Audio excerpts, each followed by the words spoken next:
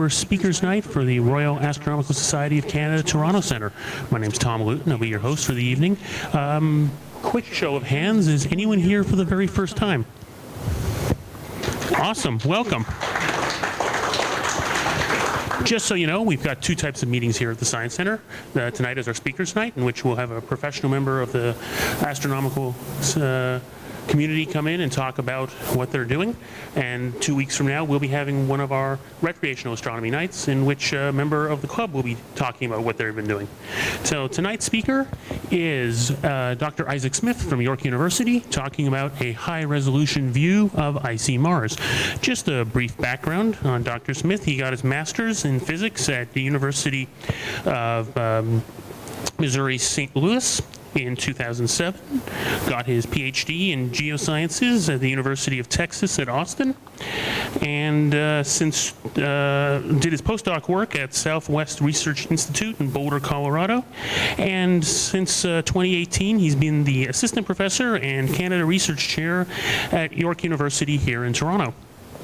Ladies and gentlemen, Isaac Smith.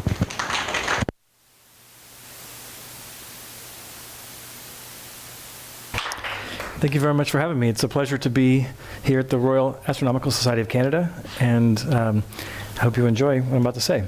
So I'd like to talk to you about icy Mars, but a high-resolution view of icy Mars. Here I've got one of my favorite images of all time. It was taken a couple years ago by the high-resolution stereo camera. And each slide, I'm going to have the name of the camera that took the picture. What I really enjoy about this is you can see the North Pole, which is one of my favorite topics to study on Mars. There's these giant spirals, some of them 800 kilometers long, spaced 70 kilometers apart. There's this canyon here that's the size of the Grand Canyon, and you can actually see wind pushing dust out of there. It's a very active environment. Around the edges here, you can also see wind blowing clouds away from the pole. And this is pretty interesting because we can capture these things in great detail with our new cameras. There's also these darker sand dunes that surround the polar cap, which are very active. Some of the most active places on Mars, we see these things move up to meters per year. Similar transport rates as we see with sand dunes on Earth. And then as you go farther away, you can see great geologic features, outflow channels, there's craters, and then there's the limb where we have more clouds and dust hazes that we can see too. And so this is just a really exquisite photo, and I'd like to show it to everybody. Before we get into too much detail with the high-resolution cameras, I'd like to point out a few of the major details on Mars. We're going to use global topography. This was taken with the Mars Orbiter Laser Altimeter, we call MOLA. It's really important because prior to about 1998, we had very little topographic information. It was really just looking at shadows that we could get this. But as you can see now, we have these great, very large features, including these volcanoes. The maximum elevation on the planet is Olympus Mons. Many of us know that. It's almost 30 kilometers higher than the minimum elevation at the depth of Hellas Basin. So there's a huge variety of Mars in topography, much greater than the Earth. There's a series of enormous volcanoes that cover this area we call the Tharsis Rise. It's a giant volcanic province centered near the equator. The equator is approximately here. And then we have a global dichotomy where we have in the north this basin that is one of the earliest features on Mars. And in the south, we have what we call the highlands. And so there's quite a few kilometers of topography separation between these two. Because of all the craters here, we know that the south is much older and the north is quite a bit younger. And that's not because it's the oldest feature, but it's because it's infilled over time, probably with ice and a lot of settlement due to some of these outflow channels. There's other great basins. So this is Isidis, this is Argyre, and there's another one called Utopia, approximately there. These large circular features that were formed early on in Mars history through giant impacts. I mentioned the outflow channels. Valles Marineris is this giant canyon here, which is wider than the continental United States or Canada. It's many thousands of kilometers wide, hundreds of kilometers across, 8 kilometers deep. So this is a very enormous canyon, formed mostly by tectonic separation of the plate. During that time, there was a lot of outflow, so water was, along with the volcanic materials, water was coming out of the surface, and it flowed out and cut these channels probably relatively quickly in Martian history. And of course, that might have flowed into the northern basin and filled that in to make it smooth. This is the earliest photograph I could find of Mars. It's not a true photograph. The very early cameras were television cameras. They didn't have a way to store film. You couldn't send film to Mars and then send the image back. And you didn't have CCDs. So what you had to do is live television, and you'd scan, and you could see how Mars rotated a little bit in this. But it's just really amazing the technology that they used back in the late 60s with this Mariner 7 on one of the first flybys. Since then, we've had the Viking Mars orbiter, and it was able to use the digital image model, this is MDIM, which is a color imager. And we've had it here projected onto cylindrical projection. It's not the best projection, but it kind of gives you an idea of the difference in colors that we can see. We can see dark material, lighter, dusty material, and then all the ice. And there's a bunch of clouds too. We couldn't see this with the original detail from the previous camera. This is a better version of the same camera projected onto the sphere, and the colors are slightly off to enhance it and make it look real great. And of course we can see the much higher detail now with the canyon, the volcanoes are there, the outflow channels, and of course there's a lot of impacts too. I'd be remiss, I'm a radar scientist primarily, and I'd be remiss if I didn't show radar images. The resolution here is about 3 kilometers, so that's not nearly as great as we're going to see later. We have cameras that could see you as a person or your shadow down to about 25 centimeters, which is quite a bit better. But the radar is really important because with a single Arecibo observation, we could see many of the recent volcanic lava flows on Mars. And when I say recent, some of them are as young as 10 million years. And when you think about geologic history, that's actually just a really short time frame. And so some of these are just a few million years, or 10 million years or so. And of course, there's the giant volcanoes here, which are hard to see in the volcanic map because we're not used to this. Radar detects reflection from scattering. And so it's not a true image. It's one that we build and we process to get this. Hubble Space Telescope is another observation, another technique we use, another instrument. It's of course not at Mars, but like Arecibo, we can see Mars with this. And here's a 2016 image showing these beautiful clouds. There's the southern ice cap. There's actually, you can see the northern cap fully, and the southern is partially covered by CO₂ ice. We're going to talk a lot more about CO₂ ice in a little bit, and there's a lot of clouds here. Just a couple years later, from a similar vantage, so we see this low or high albedo crater with it's not very dark. It's the same one as there, so it's nearly the same orientation, but many of the details are gone, and that's because in 2018, last summer, we had a dust storm that covered our view of the planet. In fact, some places it got so we couldn't see the surface at all with any instruments, and so quite a big difference between these two. And I'm going to talk about dust. This is a Marcy image. So Marcy is the Mars Color Imager. It orbits Mars every 2 hours on Mars Reconnaissance Orbiter, and it takes these swaths. And these swaths, over time, will build up a whole image of the planet. It's every 2 hours. However, it's an inclination so that it always crosses the equator at 3 p.m. And so this is 3 p.m., that's 3 p.m., this is 3 p.m. So you're always looking at the same time of day as you go around. You're not going around the planet's turning under you. And so there's a lot of dust in here. You can't really see it, so I'm going to show the video that'll give you an idea of how the dust propagates. And you can see the dust storm growing right there, and it goes around the planet. So we call it a planet encircling dust event, PEDE. Global dust storm is not the favorite term anymore because it doesn't completely cover the globe. As you'll notice in the south, there's very little dust cover. That's because it was southern spring and the winds were very strong there, and so the winds pushed the dust away and actually left the south mostly uncovered. The north is in polar night, and so we don't have any images from there, but our other observations told us that it didn't get very dusty there either. There's a polar vortex which protects the North Pole from having the dust move in.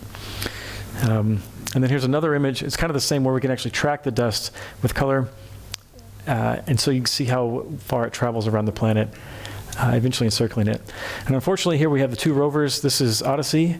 Odyssey was right under where the event started, and it got so dark there that it was like wearing solar eclipse glasses. There was not enough light to charge the solar panels, and of course we lost the rover. Curiosity rover is in Gale Crater. It didn't get nearly as much dust, although it observed it quite well, but it also doesn't run on solar power, so it was able to survive. This is a similar map using the Marcy camera, and we can see how the Mars is rotating under the camera, and you can get these dust storms. This is a longish video, so I'm not going to show all of it. Over time, the dust picks up, but we got a good idea from the previous images. Oh, and this is a little bit later with the dust covering a lot of the planet. There are diurnal cycles, so the dust gets elevated during the daytime when we have convection pushing it up, and at night it cools down and it settles. And so that's why there's a difference between east and west within a single strip.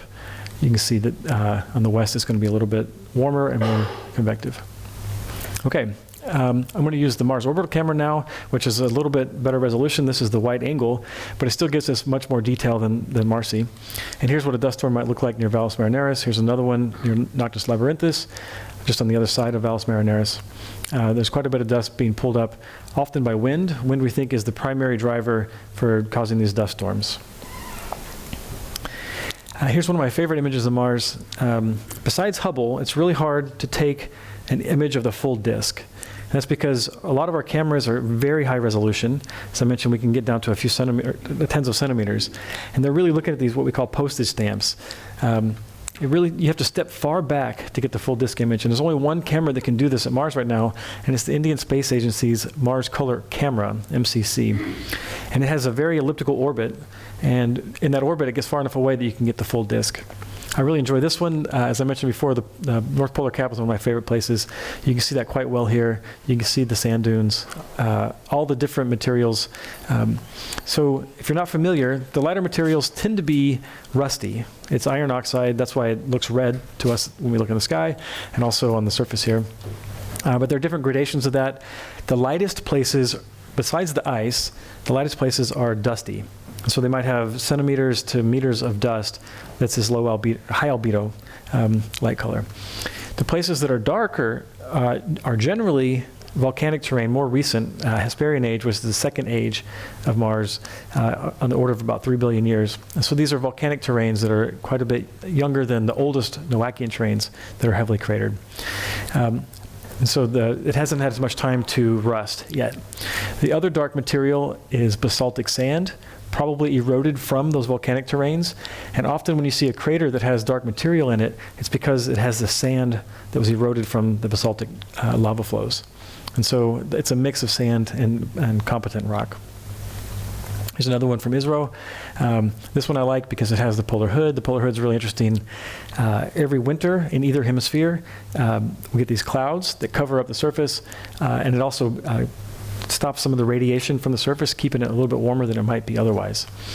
Of course, we have these the major volcanoes and Valles Marineris again as landmarks, and there's this little bit of dust right here coming off the pole. There's a polar vortex, and just like on Earth, it pushes the dust away from the planet, or from the polar caps. Here's another one from the MCC. The North Polar Cap is still icy. This is the seasonal ice, which is a CO₂ frost. The image I showed you before, there's no CO₂ anymore, so it's completely uncovered and the water ice is exposed. And this one doesn't have any exposed water ice. There's these great clouds set up by the circulation, the atmospheric circulation of the planet, where we have winds from the east that blow over the volcanoes, and then as the gas expands, it cools, and it gives us these clouds just downstream of the volcanoes. And there's another one there downstream that causes this. The other volcanoes aren't doing it. So it's pretty cool to see this, and Mars can always throw surprises at us, which we really enjoy. Oh, and then I should say this was taken by the high-resolution stereo camera on the European mission Mars Express. So I call that HRSC. That was also the first image I showed. Here's some more ISRO images, zoomed in quite a bit. As I mentioned, it has an elliptical orbit, so sometimes it's very close and you can get higher resolution, while sometimes it's far away, you can get the full disk. Here's Olympus Mons. You can see the clouds downstream, and here you can see some more clouds there. And so a better view, we can see actually more detail in the clouds, how they're thicker and thinner in different places. Okay, so I mentioned the polar hood and the seasonal cap already. And in this one we have dust trailing out because the polar vortex is broken. We see this in other places too. So this is an example of where dust is being pushed away by the winds coming off the polar hood. And this is a better image of the seasonal cap. Okay, and this is the Anissa Rosetta Osiris, which is It was a camera that was designed not for science, but it was actually an operational camera they were using. And so let me rephrase that, actually. I got that backwards. This is the Rosetta mission that flew to Comet 69P that they went and landed on a few years ago, and they had a close flyby of Mars, and so they took this image while they were flying by Mars. Please excuse that. Okay, and then this is a really great image of dust coming off the polar cap right here. This is using Mars Orbital Camera. It was a camera that arrived in the 90s, and it could take these larger views. Here's the North Polar Cap. The water ice is covered by CO2, and then there's a ton of dust coming out. It turns out that there's very repeatable patterns of dust storms that come off the North Pole several times a year, and so this is just one of them that we can predict, actually. Yeah. And this is using the visual monitoring camera on Mars Express. This was the operations camera, not the science camera, but they were able to track a dust storm in action.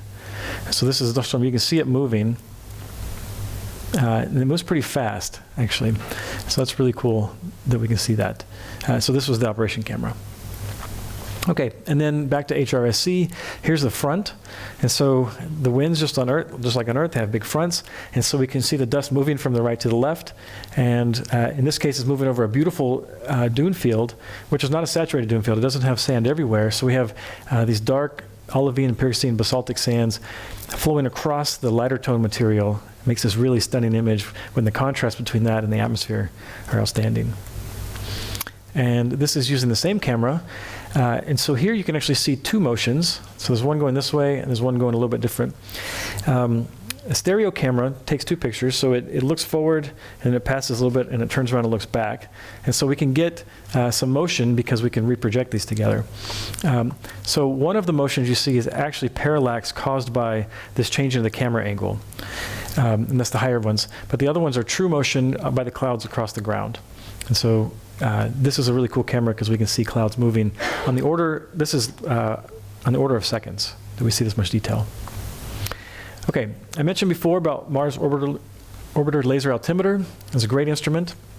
They gave us this, we understand now the global dichotomy, we understand the volcanoes and everything. We also understand that the polar caps come a few thousand meters above the surface. So the North Polar Cap's about 3,000 meters above the basin it sits in. The South Polar Cap is the same. It's much harder to tell on this one because the elevation is much higher surrounding this, so it's not really a basin it feels. It sits on top of these rockier plains. There is the Promethea Planum, which is a basin there, but only is under part of the South Polar Cap. The South Polar Cap is higher than the North by about 6.5 kilometers and has a strong effect on the temperatures there and the seasons. But the biggest effect is actually caused by the South Polar Cap, which comes down to almost 70 degrees south, where the North is almost entirely bounded by 80 degrees north, and it doesn't reach down here. And so the ice that's here gets much warmer much earlier, and the sun affects what's going on right here a lot more. So the seasons on the South Pole are longer because it's much more extended in latitude. Okay, so this is the young terrain and this is the older terrain. Here I've bounded it so that you can see a rough estimation of where the South Polar Cap resides, because it's not so obvious when you look at it without the bounding. But actually this is a better way to see it. Here's the limb. We're using HRSC again. So we can see most of the southern hemisphere, at least in this swath. The South Polar Cap is here. And then this is CO₂ ice. So unlike the North, where we have water ice covering the surface, here we don't have that. We have CO₂ ice that sits there. What we're looking at is on the order of a few meters to 10 meters thick, and it's extremely bright. We can see this from Earth, even with low-resolution telescopes. And so it was really impressive. We knew it was CO₂, and so there were some indications or some beliefs that early on we thought that the entire South Polar Cap could be CO₂. We know that's not true now. It's really just a thin deposit sitting on top, where the rest of what you see in here is water ice. And unfortunately, you can't see it because it's not white, and that's because it's covered by a thick lag of dust. A dust lag can accumulate different ways. One, it can fall from the atmosphere, but a more likely way is that when the ice snowed out, there was dust as the depot centers, and it brought dust with it. Some of the ice sublimes, leaving this dusty material on top. And so we don't think it's very thick, maybe a couple centimeters, but the effect is that it covers up the water ice perfectly, and you can't see it very well. As I mentioned in the north, there are spiral troughs. There are spirals here. They're not as well organized, but they're still pretty stunning to look at. So red is water ice covered by dust, white is CO₂ ice. Here's a perspective view with some topography. You can actually see how the CO₂ kind of sits in these basins, which are the spiral troughs. And some of them, they just sit in closed basins where you have a nearly level top. So this is Viking image over topography. Using the context imager, which is CTX, we call it on Mars orbital MRO, Mars Reconnaissance Orbiter, we can build up these mosaics. CTX does these pretty large strips. If you build up enough over time, you can get this whole area. And so with this, you can see a ton more detail. Besides the spiral troughs, you can see fine detail in the surface of the CO₂.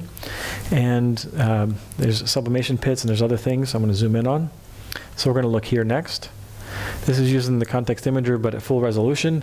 You can see there's a big change approximately here between this water ice section and then the CO₂ ice section.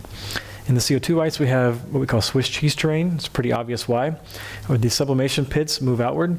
This is how we know that the CO₂ is only a few meters thick, and that's because the top to bottom of that is only a few meters. And it repeats up here. We have a different type of Swiss cheese terrain with smaller pits and then some more lineations there. But this is all caused by CO₂ on the surface.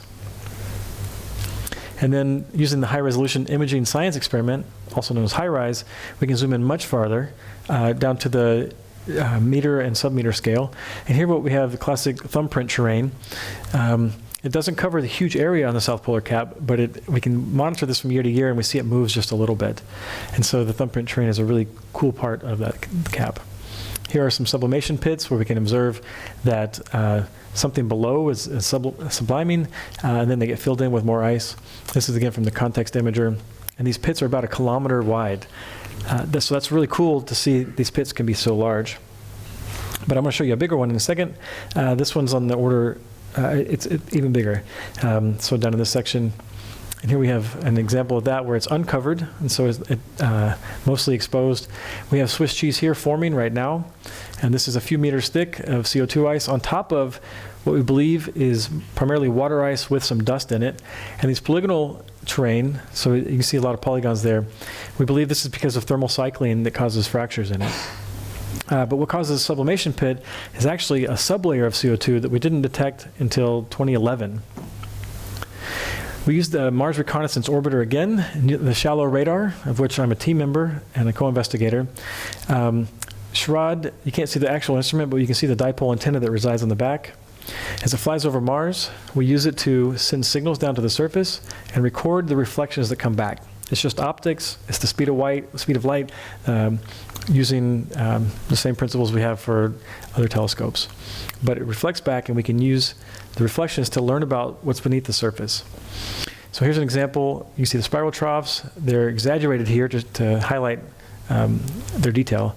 And beneath the surface, we have a lot of layers that are observed with the radar. And they can tell us great things about the climate history of Mars, because we can see each layer and learn about the deposition or the accumulation of that time. So we can see how that changes through time. This is an image of, again, from SHARAD, going from one end of the cap to the other. And this was really cool. We could see in the bottom of the section, the layers are very continuous, nearly horizontal. And when I say nearly horizontal, what I mean is that we have 2 kilometers of ice here, over 1,000 kilometers in this direction, so it's 100 times vertically exaggerated. So these are almost perfectly horizontal if you were to flatten it out. But near the top, we see some changes that indicate that there was a change in climate in the uppermost section. And so we can use SHARAD to understand what's going on beneath the sublimation pit. In 2011, I was part of a team that discovered what are thick CO₂ deposits buried beneath all of this in the spiral troughs. And so here we have nearly 1 kilometer of CO₂ ice that fills this basin. And then there's actually multiple reflections inside, which tells us that the CO₂ formed or accumulated in different periods.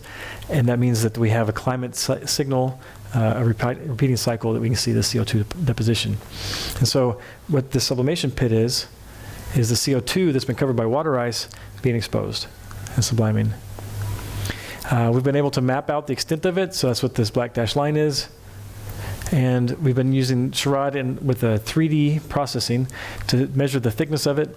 And so up to the limit of MRO, which is 87, almost 87.5 degrees, we have very fine resolution. We can see the thickness of it. Interior to that, we don't have any data, so we have to extrapolate. But we can see the thickness of this material, and it gets up to 1 kilometer right there. Here's a few more images from A to A prime here. We can go left to right. We can see the base of the CO2 and the top of it. And then from B to B prime, we can see it even better. And there's internal layering that tells us about this climate, where we have CO2, water ice, CO2, water ice, CO2, and then water ice, and then a very fine amount of CO2 on top. So we have this cyclical pattern that tells us about periodic atmospheric collapses, which is really exciting because we have periods where Mars, the atmosphere falls onto the South Pole, and then some of it gets trapped, and then a lot of it comes back, and it repeats. And so we can learn about the climate history going back, in this case, more than 500,000 years. I'd love to show this image. So this is the high resolution stereo camera, HRIC again. South Pole is approximately here. And this is in middle of spring or early spring, where we have the CO2 seasonal cap on the surface, and it's interacting with the dust in the atmosphere and below. And so you can see what we call this kind of mocha color, where you have white ice and the dark dust interacting, causing this really beautiful image. There's also this crater here we call McMurdo Crater, and you can see lots of secondaries. But primarily, we see the spiral troughs in this region. And I'm zooming in again to give you finer detail. And here again, you can see some of the detail in the CO2 ice. Okay, if you zoom in, so in this region where we have the dark material on the surface, if you zoom in a lot more, to use the thermal emission imaging system, or THEMIS, down to, we got 20 meter resolution with this instrument, we can see these really cool objects, or these surface features, that mimic the wind patterns. And so the winds are coming and they move around and they move like this. What happens is the wind is flowing over topography, and it's steered by topography. These are winds that are more dense than the atmosphere around them, and so they move quite a bit, basically downhill. And so that's why they steer like that. What we think they're caused by is explosions under the CO2 ice. So you have a frost that forms in the winter of a dusty CO2 ice. In the springtime, when it gets hit by sunlight, it turns translucent, so light will penetrate. And when it does, it warms the substrate. The substrate gets very warm, makes gas pockets, and then those gas pockets create enough pressure eventually that you can break through the CO2 ice, which is not a strong ice, and then it entrails dust with it and puts that on the surface in these spots. If the wind is blowing, then you get these elongated spots that are kind of V-shaped. Okay. There's other things we call spiders. I'll show you just in a second. This is an idea of what it looks like. This is a rendition. It's not an actual photograph of when you have CO2 ice in the ground, and you may have up to 1 meter of CO2 ice on the ground. And beneath that, you build up this gas pocket, and it bursts through, bringing dust with it. And if the wind is blowing, it'll move downstream. This is the South Pole, just off to the side. Here's some other images of that. If we zoom in more using high-rise, so THEMIS was 20 meters per pixel. Here we can get down to sub-meter per pixel. And you can see a lot of these fans that are kind of V-shaped. And so you can tell that the wind was coming from the top left and moving towards the bottom right. And here's again, we can see this. And so here we have mostly dark, smaller fans, but occasionally we have this lighter, wider fan. This might be due to some cleaning, where we strip away the dust afterward. I'm not exactly sure what causes this. We don't know for sure, and so we're investigating that.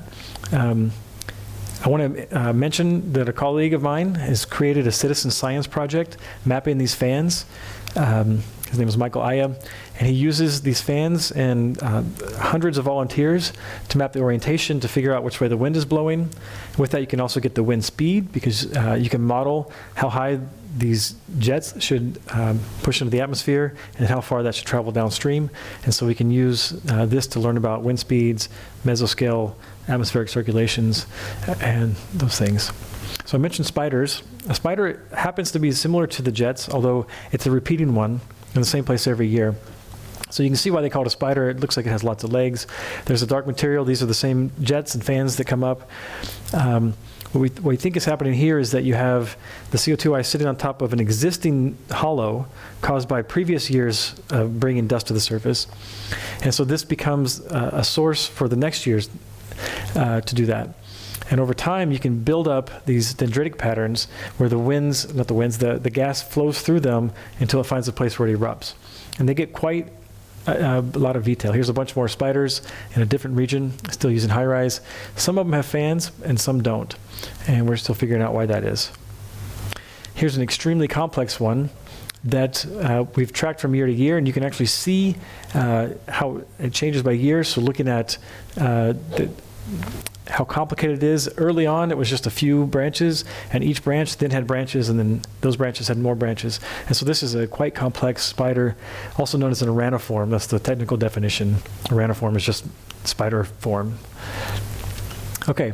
A grad student in Ireland is doing experiments to try to explain this, and she put in CO₂ ice on top of sand and then cut a hole in it. Instead of fracturing it, she wanted to go ahead and speed it up, the experiment.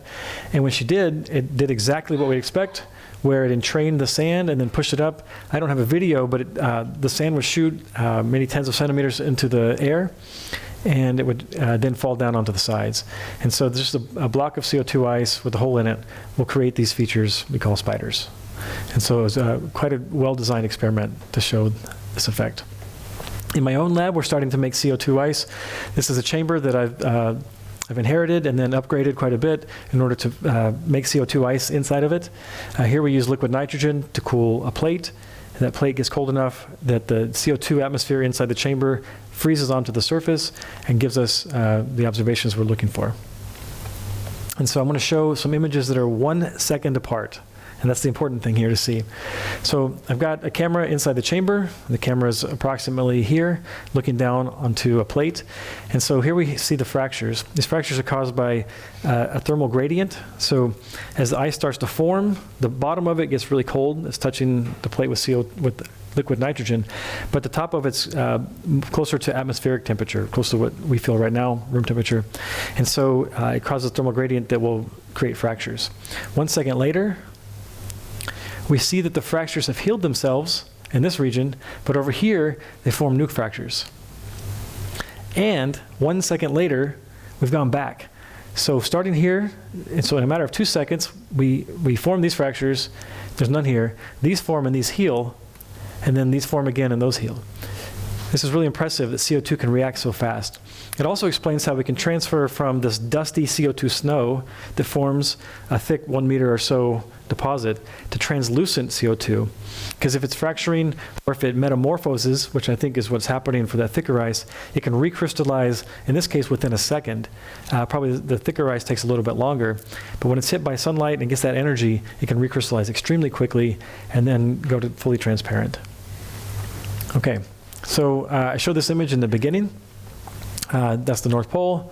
And you can see here, so this is back to Marcy. Marcy makes these great videos. We're going to track from middle of spring. So this LCBS number is the date. LCBS 0 is the first day of spring. LCBS 90 is the last day of spring or the first day of summer. So we're smack dab in the middle. And I'm going to show you how the CO₂ seasonal cap retreats back towards the pole. That's because the sun is coming up. You're also going to see some dust storms that blow out of this. So over time, you can see the CO₂ is retreating, and then there's a few dust storms that'll pop out. These are the same ones I showed you earlier with the other cameras. Everything's frosted with CO₂ ice, but it starts to defrost and expose the dunes. The dunes are extremely active in this period when it's extremely windy and there's no CO₂ cover. And then by the late spring, LCBS 90 is early summer, there's no more CO₂ ice. We do have some dust in the atmosphere. And so this is just a really great way to watch this. I have a student working on this right now, and from year to year, he can see the same storms occur every time. And so that's a really interesting result. It means that Mars is very predictable, and we like that, because if we can make a prediction, write the paper, and prove it right, it makes us feel good. As you go into late summer, and then you get into fall, the CO₂ starts to fall back on the surface again. And let's see if I wanted to show you. This is a really cool result that my student has come up with. So as we get towards this end of summer, we start to put CO2 on the surface again, and you can see in a matter of a couple days, we switch from where it's mostly white to, you got mostly white and then there's some dark material here. This is the CO2 doing that really rapid transformation from really light to mostly transparent. And so this is a really cool property of CO2. And then there's, of course, more storms at that time of year. I mentioned spiral troughs. They have a wavelength of approximately 50 kilometers, although it ranges from 20 to 70 in some places. They're 400 to 1,000 meters deep. This is a really large feature. And there's a bunch of them. The longest one is 800 kilometers, but there are several that are many hundreds of kilometers. We can also see on the surface these wind streaks. Here's a few of them. There's some larger ones that do like this. Here's some more down here, and some more there. The wind streaks tell us the predominant wind direction throughout the year. And this is in the springtime when the CO2 cap is just retreating. We create these winds that are driven by density, and they're also reinforced by the thermal gradient. When you have a really cold temperature here and a warm temperature there, just like on the sea, you're going to have the air go up, it's going to circulate, and so you're going to have wind blowing from cold to hot. We're going to zoom in. So this is with an HRSC mosaic. We're going to zoom in using CTX onto a spiral trough.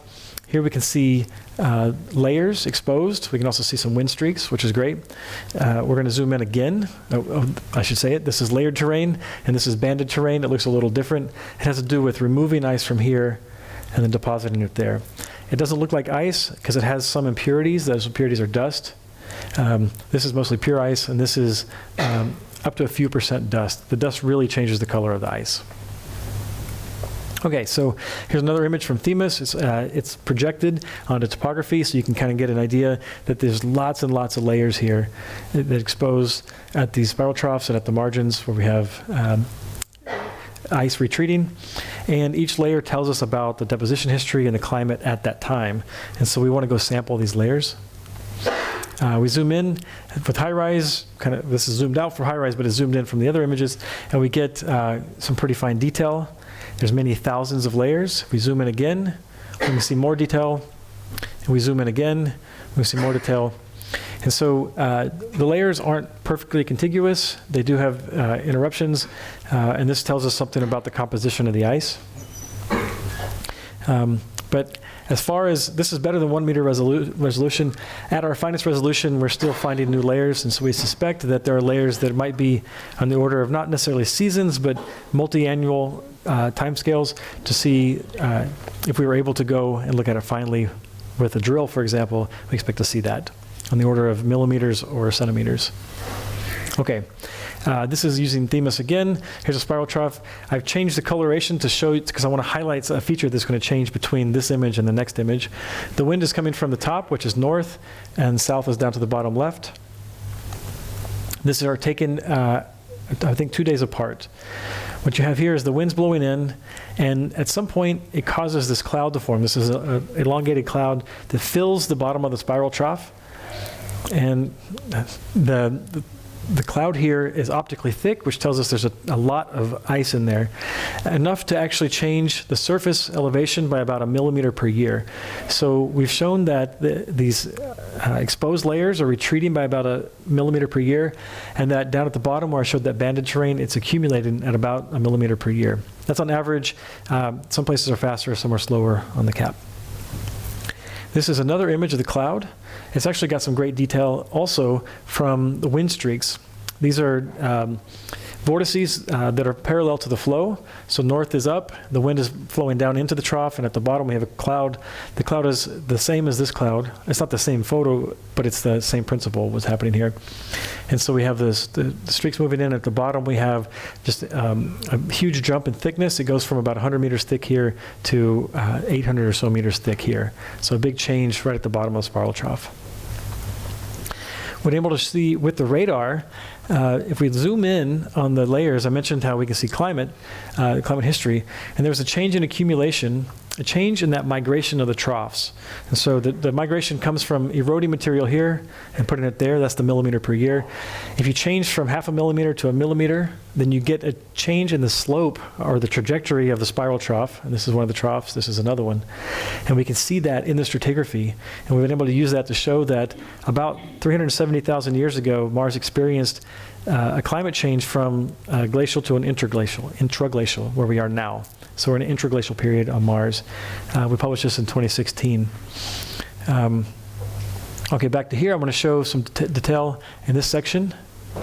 These are dunes that are flowing over ice. And what we have is, there's a lot of sand dunes there. The ice is on top of an old dune field that is solidified, but as the ice cap retreats a little bit, it exposes sand.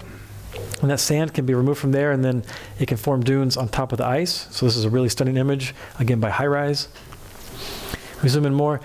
This is an optical effect. It's not an optical effect. This is the actual color, right? So we have the dunes moving. There's some changes where you have this bright ice in between the dunes, and then other places where we have dust and rocks between the dunes. And so this is a transition from icy interdune to not icy interdune. And the dunes are all moving. So if we go back next year, they're going to look a little bit different. Here's some really cool dunes, also a HiRISE image. This is what we call the fingering mode, where you have two predominant winds. One from, so this is the dune we're following, one from this direction and one from this direction. They focus the sand to flow in one direction primarily over time. And you can see there's a lot of these localized Barken dunes.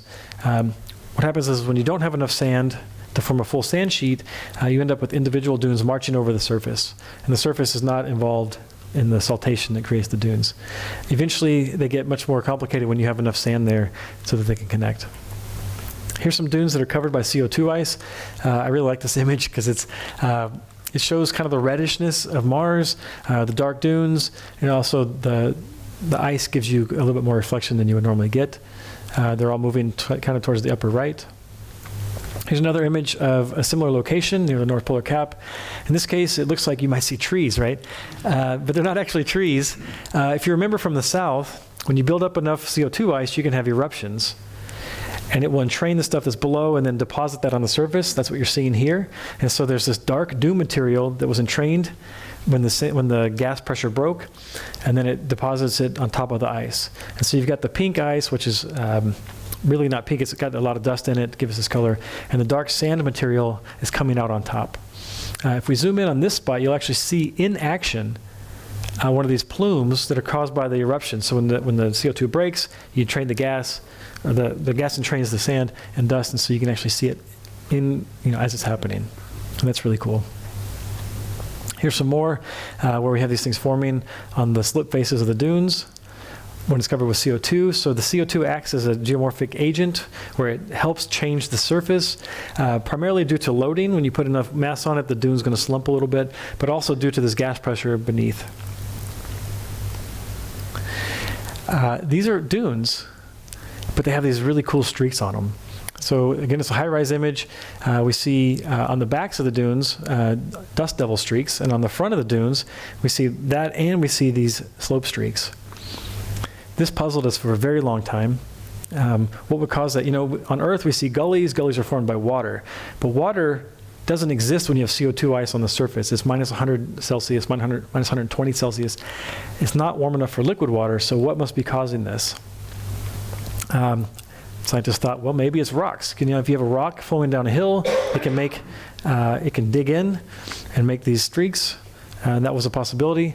But then we remembered this is sand, there are no rocks there. And so this idea was thrown out pretty quickly. And then we started to see in more detail, there's CO₂ ice at the bottom. That's not just a coincidence. The CO₂ ice got there because it formed that trench while it was moving. Here it is again.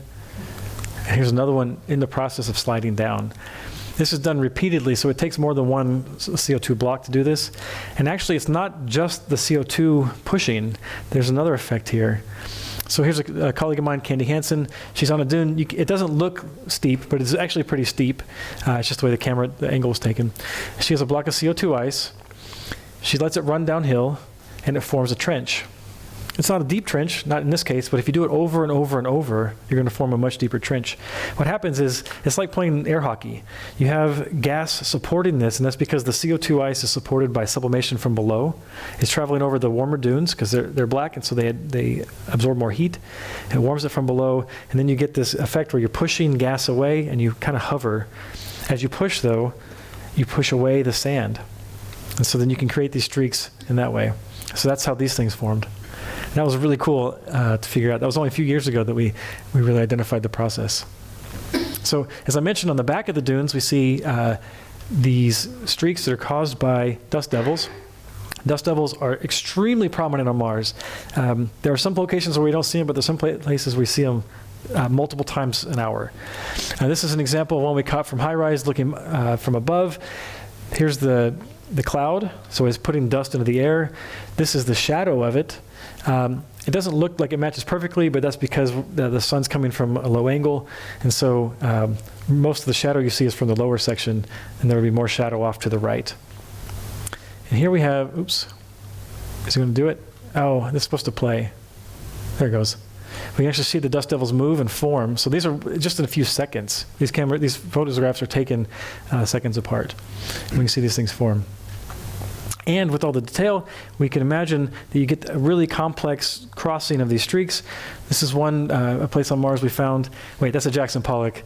But I put the joke in there because this is an actual image of Mars, and Jackson Pollock must have got his inspiration from Mars, because there's quite a lot of these streaks.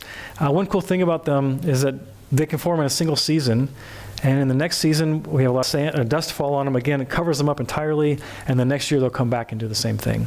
So some last from year to year, but in some locations they don't last from year to year. Here's some cool ones. You get curlicues on top of dunes. Of course, near the dunes we have the most wind. We also have occasions for the dust devils to form. And as far as we know, they form exactly like they do in the American Southwest, where you have winds that are turning like this, and it just makes this little vortex of wind that entrains the dust as it flows over. Okay, so back to the dunes. This is cool. These are taken, I think, 1 year apart. We can actually see motion of ripples on the backs of dunes. The first time this was identified in 2012, which seems pretty recent, but it was this major breakthrough. We'd seen these dunes for decades. We knew there were dunes on Mars, but we couldn't see them moving. We took a really high-resolution camera and a lot of persistence and planning to be able to see these ripples change places. And so these can move on the order of meters per year. Here's another example. You can see the back of this dune is moving here, and the front of the dune is moving there also. And so 2006, 2008, 2011. So these are taken over several years. Each Mars year is approximately 2 Earth years, so 668 days is a full Martian year. And so we measure Martian seasons along that way. Here's another one where you see the ripples moving. We can see the front of the dune moving. It's pretty astounding. We can see this in so many places on the planet. Gale Crater is a good one. We also had the rover go in there. So here's a Gale Crater where we have these huge mounds. The rover is eventually going to drive up here. I think we're just now to this ridge, or we're somewhere near that. But in between, this was from the landing site, there are some dunes here, and the rover got a chance to go look at the dunes. This is the spacecraft. Oops. Okay, so from high-rise, we were able to see this. It's very hard to tell, but this is the trace or the track that the rover followed. The rover is sitting here in this image between these two dunes. And I love this because as a geomorphologist, I really want to know what's happening there. And we learned that Mars has the same size dune ripples on the dunes as Earth does. These are a few centimeters in wavelength. It also has the large dunes that Earth does, which can be hundreds of meters in wavelength. But it has these weird ones that do not exist on Earth, and these are meter-sized ripples with the smaller ripples on their backs. This doesn't happen on Earth, and has to do with Mars' lower pressure. It's under 1% of Earth's pressure, and so the molecules travel in a different way that can cause the sand to saltate a little bit differently. And so it's a frictional drag that actually creates this type of ripple that does not exist on Earth. It's just really impressive. And every time we see something new on Mars, it's really it's astounding. These discoveries we have are great. So these are another view of the smaller ripples on the bigger ripples on the back of a dune. Here we have the rover wheel, and it drove over it. And is it going to play? Yeah, you can see the change. This is just one day. So the rover disturbed the sand, and it was windy enough that you can see all these ripples are moving and erasing the tracks. So if you're if you're Hansel and Gretel and you want to find your tracks, you better not drop this in sand right here, because you'll lose yourself. And this is the sand on Mars from the Curiosity rover. It's the same size sand we have on Earth. But if you remember from before, it's mostly dark sand. So the sand grains are olivine and pyroxene rather than the quartz sands that we have on Earth, which are mostly clear or whitish color. These are going to be a lot darker. And there's other minerals mixed in, which make it this kind of reddish color. But the same size, mostly different mineral composition. We've got some great photographs of layering here, so we can look back at the depositional history of this crater and know that there were lakes there. That's what these are, lacustrine clay sediments. But I really wanted to show a little bit more ice, and I realize I have to wrap up. So these are craters that are forming today. We can see before and after photos and see that they expose ice. So Mars, we've seen, I think, about 800 new craters form on Mars. They're on the order of a meter or so. They're not really large. But when they do, if there's ice below, it'll expose that ice and leave ice on the surface, which is really cool to see if you like ice. Here's one. They followed up on it to watch. I don't know the exact time frame. I believe it was a little bit over a year, or maybe a Mars year, and we saw the crater form, and then over time, the ice went away. And so it doesn't take long for the ice to sublime. Okay, that's it. Thank you very much for your attention. I really appreciate the opportunity to be here.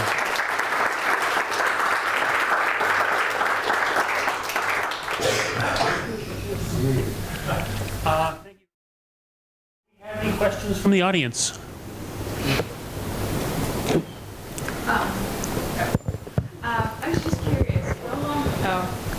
I was just curious, how long, so when you take a video or a picture of Mars, how long does it take to get back to Earth? That has a lot to do with the sequencing of events. The spacecraft can take it and store it on board. Usually we do things in cycles of about 2 weeks. So for Mars Reconnaissance Orbiter, 2 weeks in advance, we say we'd like to make this observation.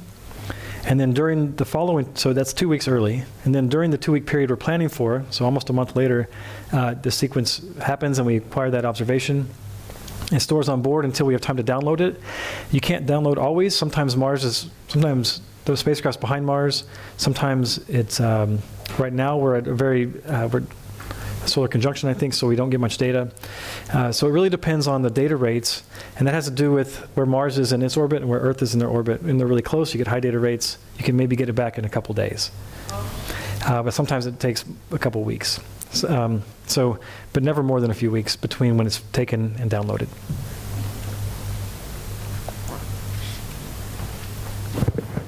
Thank you for those truly jaw-dropping photographs. Absolutely outstanding, outstanding.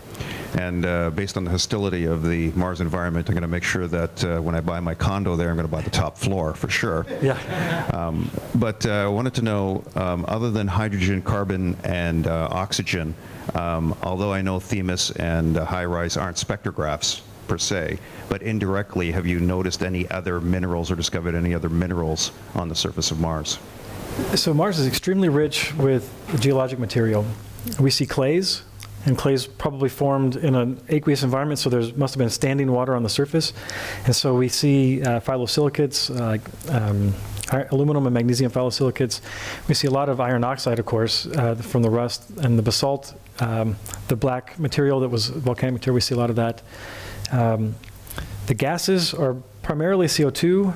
There's oxygen a little bit, nitrogen a little bit, and argon is actually a bigger component than you expect. So those are in the atmosphere. And of course the atmosphere entrains a lot of dust, and that can go up and down depending on the season. But Mars is extremely diverse in its geology, just like Earth is. The one thing that Mars is really lacking from what Earth has is granite. And granite forms when you have subduction under a tectonic plate. It partially melts, and when that solidifies, that melt, it forms granite. And we found almost no granite on Mars. Another surprise is we have very little amounts of limestone or calcium carbonate. And that's because even though it has a carbonate or carbon dioxide atmosphere, it probably didn't have the right acidic conditions to form these limestone materials. And so Mars has almost the same thing as Earth in many cases, and then there are a few cases where it's quite a bit different. Follow-up question on that. Okay. Follow-up question. Here. Follow-up question is, if we're looking at iron oxide, Fe3O2, or any of the ferrous fumates, if you considered the possibility of electromagnetic fields from Mars having an impact on the formation that you're showing us, has that been taken into consideration? Is that even a possibility? So I'm not sure that the Fe3O2 itself causes it, but there's pretty strong evidence that the dust devils are electrically charged. And so because you have a lot of things moving, a lot of friction, you can build up a charge on the dust, and then it gets entrained. And so there's many lightning strikes that happen during this. And if you were going to send a rover there, and we have, this will affect the operations of the rover. So it is electrically charged in that way. Cool. Thank you.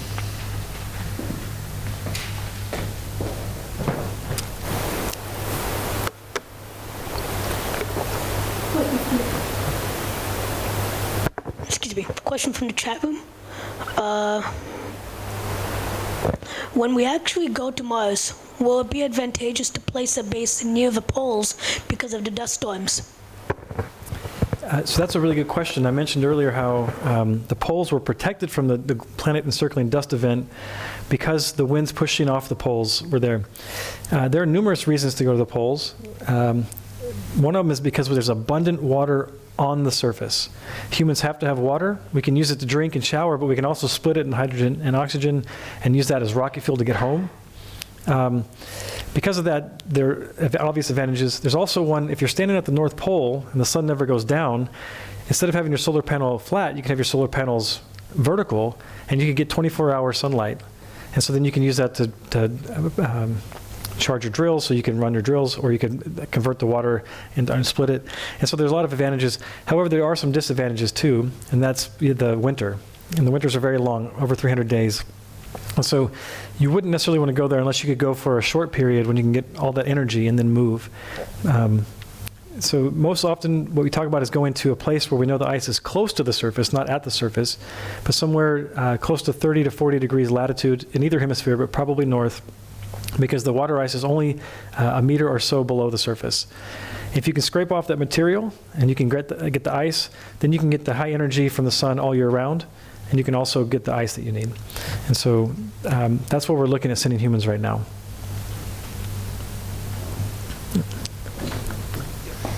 My question's almost related to that in the sense that I wondered, given your area of interest, what would be your dream mission, or what instrumentation would you like to see sent? My favorites, if I may. I'm very much interested in the polar caps. This is going to take too long. Let's see. When I show you this image, it's because I really like this image. It shows you all these layers. If we knew what constituents were there, and we could go track it. So on Earth, we use radioisotope dating to measure the ages of layers in the ice caps, especially if there's volcanic activity. We can also measure individual layers to tell us about annual accumulation. So my dream mission would be to go here and sample all of these layers and tell you the exact climate history going back for millions of years. That's my dream mission, for sure. There's a lot of things we have to do prior to that. So we have to know where the constituents are. We have to send a precursor mission that would go tell us what things are in the ice that we can even sample, because we want to tailor our instruments so that we can measure those specific radioisotopes. And also we need better observations from orbit, because a higher resolution radar will give us more detail, and we can choose our landing sites better that way too.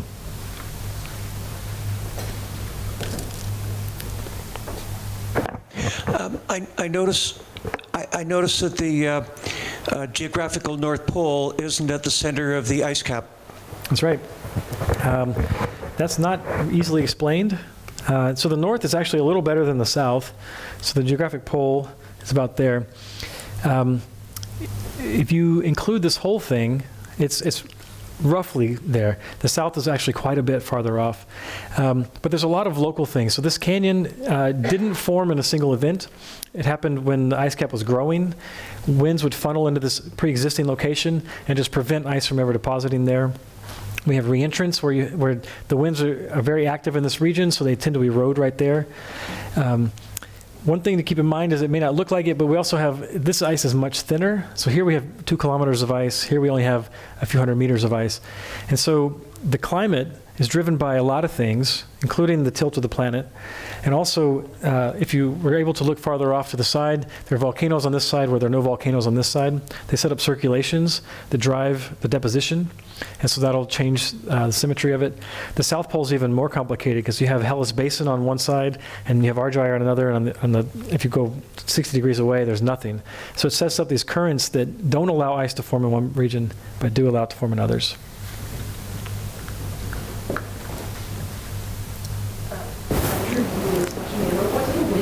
Talking about on Mars, in terms of like activating, like working in this environment as a human, like you don't go to hurricanes, so. No, the strongest winds that we've measured are I think about 8 meters per second. And that doesn't sound like very much. But there are places we know that it's quite a bit higher. So on the slopes of the volcanoes, when the wind has a long time to go down, it's going to build up a lot of speed. It can reach, some people would say 40 meters per second, which is quite fast. You probably wouldn't put a human there, but if you've seen The Martian, you worry about winds knocking over your equipment and everything. Because of the reduced pressure, the strongest winds on Mars won't knock anything over. You couldn't fly a kite, even if it's 40 meters per second. It's just not enough pressure to do that. So the risk is really the dust that it brings with it, because the dust can be entrained and get in seals in your suit, get in your habitat, get in your lungs. That's the real hazardous environmental condition. I guess back in the prior to all this reconnaissance, it was thought that the ice layers were very thin. They went away and it was just rock underneath, I guess. And the impression that I had was that Mars had relatively little ice or even carbon dioxide, and it was a thin layer.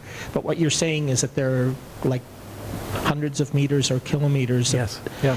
What would, like, would that mean that Mars has actually quite a bit of CO2 and water, and if it all melted, it would be... So that's a good question. From Earth, prior to observations in orbit, or even the first flybys with Mariner, we could see the seasonal cap come and go. So in the north, this will actually it'll go down to about 60 degrees. It would cover most of the image if we took it in very early spring. And so we knew that they had the seasonal effect, and it couldn't be that much. We knew they didn't have a lot of pressure. And so it couldn't be more than a meter or so thick. And that's the case. It just is about that. But in the case of the South, we couldn't really see the kilometers thick. We didn't have topography until the late 90s. And so we had to infer a lot of things based on what we saw. The South, because the water ice is not exposed, we thought we had this very limited CO2 cap with not much material there. In the North, I think we probably knew there was ice, but we had no idea to tell how thick it was. All told, the amount of ice on Mars, including North and South, and all the mid-latitude ice, which is buried, is about the same volume as Greenland.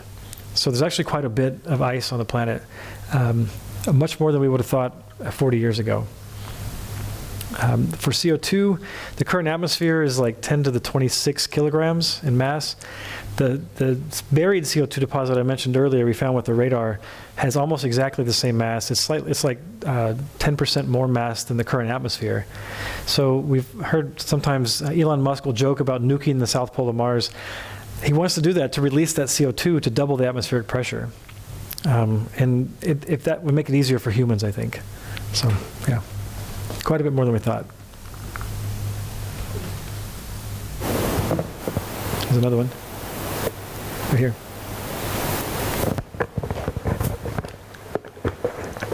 Another question from the chat room is, where do you go?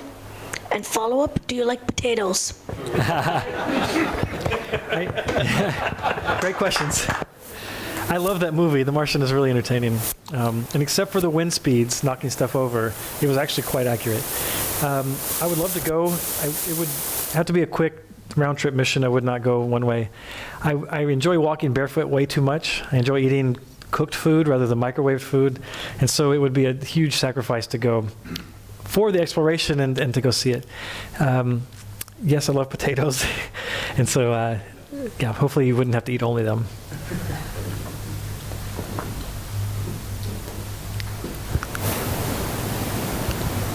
Your CO2 freezer machine looks super, super cool. But other than looking at the crystallization patterns that are coming and going, what else are you working on with that in your lab? Thanks for asking. So I'm a new professor. I started at York University just over a year ago. And we're building this to eventually study all the types of ice in the solar system. But right now we're focused on CO2 because I have the most experience with CO2. Not just the fracturing, but we also want to study the reflectance properties in infrared and ultraviolet, because we can study them remotely on other planets using telescopes. And so I mentioned how the CO2 changes very rapidly on Mars. We can see it. We don't understand that. I'd love to understand that, and then I'd love to understand the reflectance properties.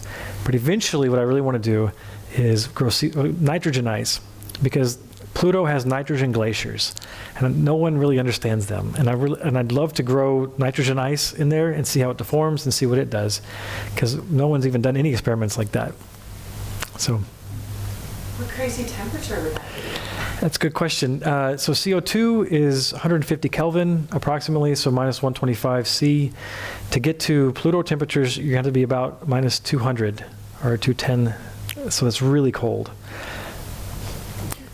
Yeah, you don't want to be in there. Any other questions? All right, last one. Hi. Do you, like, in your opinion, like, do you support the, like, Elon Musk's efforts to try to, like, colonize Mars? Yeah, that's a good question. I get that kind of often. I support exploration of Mars, sending humans to Mars to learn about the science. He's motivated by putting humans on another planetary body. That personally doesn't motivate me. I'm just really curious about what's going on there. I want to understand the geology, the climate, the atmosphere, all the ice stuff. And so if we can send people there, the amount of work we could do would be so much greater in a smaller amount of time than the rovers. The Spirit and Opportunity were there for over a decade. A human could have done all that work in less than a week. And so we can learn so much. It won a marathon. It set a record on Mars, Opportunity rover, for going a marathon. A human can do that in a few hours. Not that we would and pick up rocks, but my point is that we could do so much more and learn so much more quickly. So I support that. If the humans are going for the scientific value, eventually something might threaten Earth from a meteor or something like that. I don't think that's likely in the near future. And so we do need to protect Mars. It has really interesting environments that once humans get there, we're going to damage them. So if we can observe them first with robots, so we protect them, once we fully understand it, then we can go and enjoy it without destroying it. So like a slower approach, and not just for sending people there. Dr. Smith, on behalf of the Toronto Centre, thank you very much. Thank you.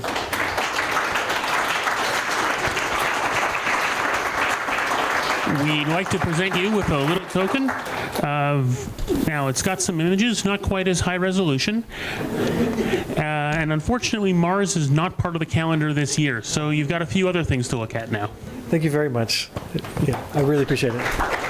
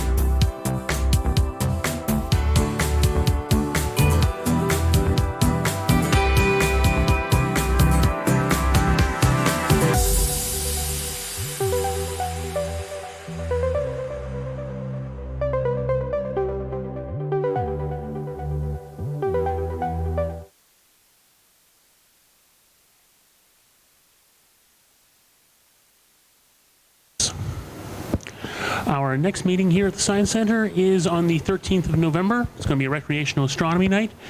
Andy Beaton will be covering the sky this month. Ed Treyas will be talking about a cruise and a collection of conjunctions. And Jim Chung will be imaging a mission nebulae from your backyard with your DSLR or mirrorless camera. Our next speaker's night is November 27th.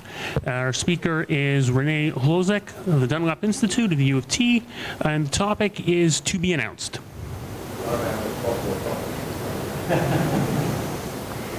Our next round of solar observing is Saturday on the 2nd of November, 10 a.m. to noon in the front at the telescape. If we have some bad weather, Sean will give us our go or no-go. Our Dark Sky Star Party is the first clear night of the weekend, or the week of the 28th to the 30th at Long Sault Conservation Area. And our City Star Party is the first clear night at Bayview Village Park the week of Monday, the 4th of November. Again, go, no-go calls on the forum, on the website, and on our Twitter account. We have an evening observing here at the Science Center on the 9th of November, 6 to 8 at the telescape. We will need some volunteers. Please step forward to give us a hand and show folks the night sky. Family night at David Dunlop Observatory on the 26th of October at 7 p.m. As well, volunteers needed.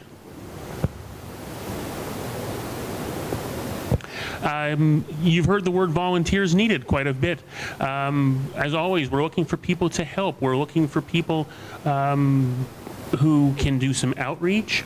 We've got plenty of opportunities. Please drop us a line or keep an eye out for our job postings. Our club observatory, the Carr Astronomical Observatory near Collingwood, is open. Please book your reservations online. We have our new membership benefit, the Sue Laura Observatory imaging rig.